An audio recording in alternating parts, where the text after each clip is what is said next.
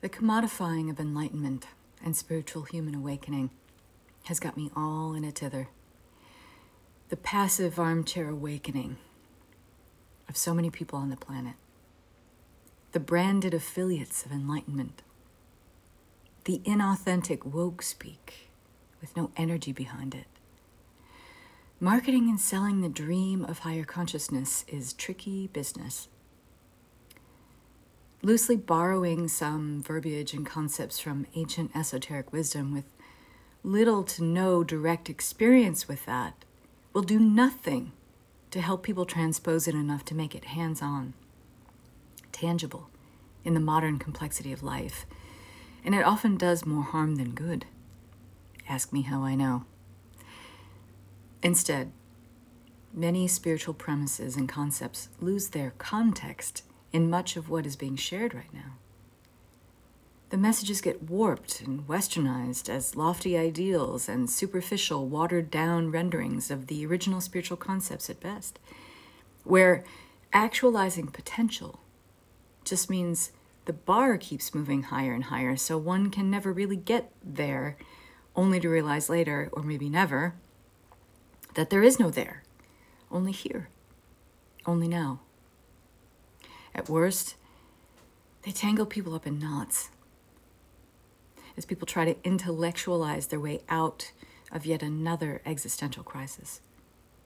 Some of this isn't so overt. It's rather covert in some places, in most places. But when you know, you know. If you're energetically savvy enough to read between the lines and hear between the words, you know. It's a seemingly never-ending loop of, here we go again, making a process of personal evolution and collective revolution more palatable by calling it sexy. Like, woke empowered women are sexy as fuck and the like. I've never shaken my head or rolled my eyes so hard in my life. Going through the process of awakening is like finally seeing reality for what it truly is and then having it simultaneously collapse or combust right in front of you, taking with it all the things you've used to define yourself and your sense of personal and collective reality along with it. Truth. We're not reinventing ourselves at this point. Most of us are way, way past that now. We're refoundationing. We're digging up the bedrock, baby. At least that's true for most of the women I work with. That is awakening. And that's not even accurate to say. Not really. Because awakening is, what it means to be awake is you don't really have the dualistic level of awareness of one thing being relative to another. To know you're awake, you're just awake. It's not accurate to say awakening because you're either awake or asleep. The rest is just mental masturbation. We're all still asleep, really. And this is the same deal with enlightenment. So what to do? You learn to operate in the pocket realms of awareness, the in-between places, and you get cozy there, you get comfortable there, you lean in. This is the only place where you can get along with your thoughts long enough to kind of escape the trap of the pod collective limbo state of always being in process with life instead of living it with the most zeal and ecstasy possible. In other words, where you, me, and everyone you know shapes the reality and identity around always being in the state of becoming this or that, or anywhere where we're defining ourselves and our lives with words that have ing on the end. And isn't it our great mortal terror to think that it's too precarious, too fragile to say that we are that which we are? It's a bold claim, after all. And isn't it for fear that it isn't ultimately true? Or it's going to get taken away, or it's all a sham, an illusion, or it's too good to last and we knew it was doomed all along, damn it. This doubt belongs to the collective, not to you individually. When used individually, You turn this on yourself as a weapon, and it undermines your genius, your individuated creativity. In our highest collective expression, however, doubt is a tool.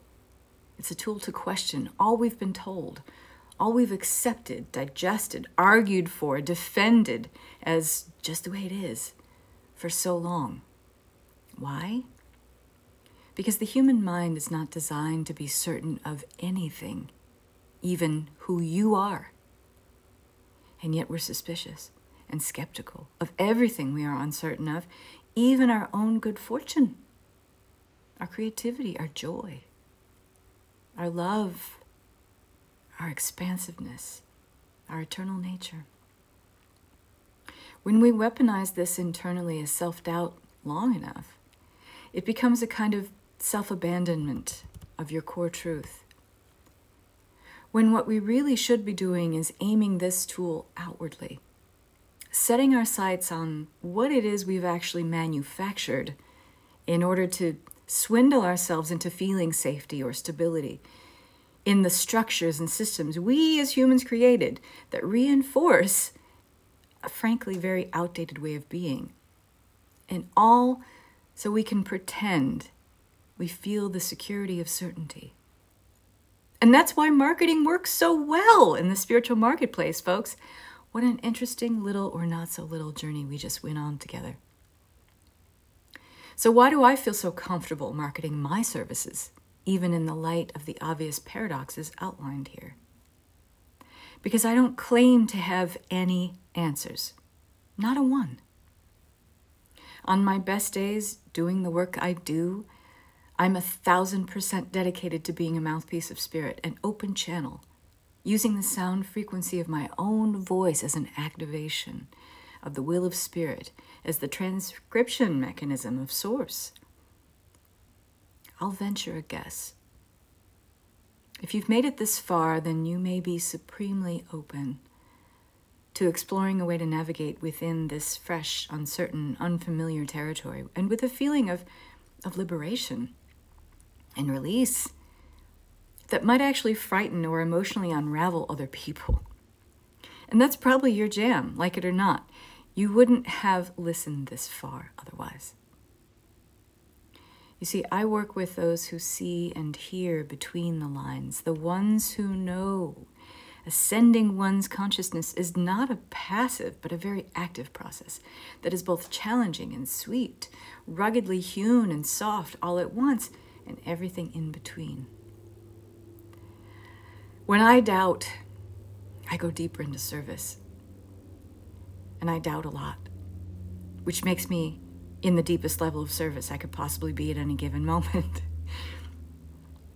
In service to who? In service to those who aren't afraid to get their hands dirty, to rock the boat, to poke the bear, and who want to see, really see exactly what's holding them back from their own personal liberation of feeling at peace with, and even excited sometimes, about the uncertainty of life, about the adventure of it, the voyage of it that never ends.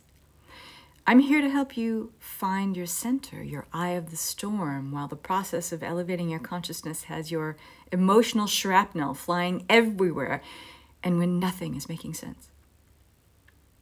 I'm committed to assisting those who want to move through the uncomfortable emotional, physical, mental, and spiritual reckoning that comes with elevating one's consciousness. If you know that there is no more room for dishonesty with yourself, and you're willing to be laid bare and foundationless for a minute or longer, in order to build something higher and better for you and for the love of all humanity, we should connect. Even if not to work together. But hey, just because you like reading my stuff or listening to my stuff, and because you know it's an activation. It's part of the body of work that I do. My posts, my audios, my videos. All part of an activating process. An awakening process. That we're all on together. I have a spiritual mentorship. It's not for everybody, but neither am I. I can make a solemn promise to you, though. I'll never water down or sugarcoat what awakening truly is, because, quite frankly, you deserve someone who tells you the truth about what it looks like and feels like and how to flow with this process honestly, openly. And you deserve nothing less than the truth about how to move through this portal of personal evolution with new, evolved tools and with your own core truth intact. This is the Four Harmonies Spiritual Mentorship.